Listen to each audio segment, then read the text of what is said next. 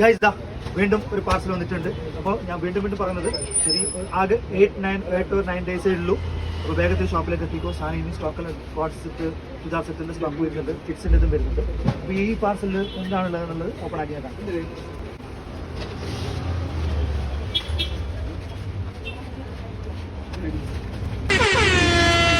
കാണാം. കിഡ്സിൻ്റെ റീസ്റ്റോക്കാണ് വന്നിട്ടുള്ളത്. ഇത് റീസ്റ്റോക്കാണ് വന്നിട്ടുള്ളത്. റീസ്റ്റോക്ക് ഇത്രയും എന്താ പറയുന്നത് പെട്ടെന്ന് സോൾഡ് ഔട്ട് ആയ സാധനം. ഇത് പാൻറ്റും ടോപ്പായിട്ടുള്ള സെറ്റാണ്.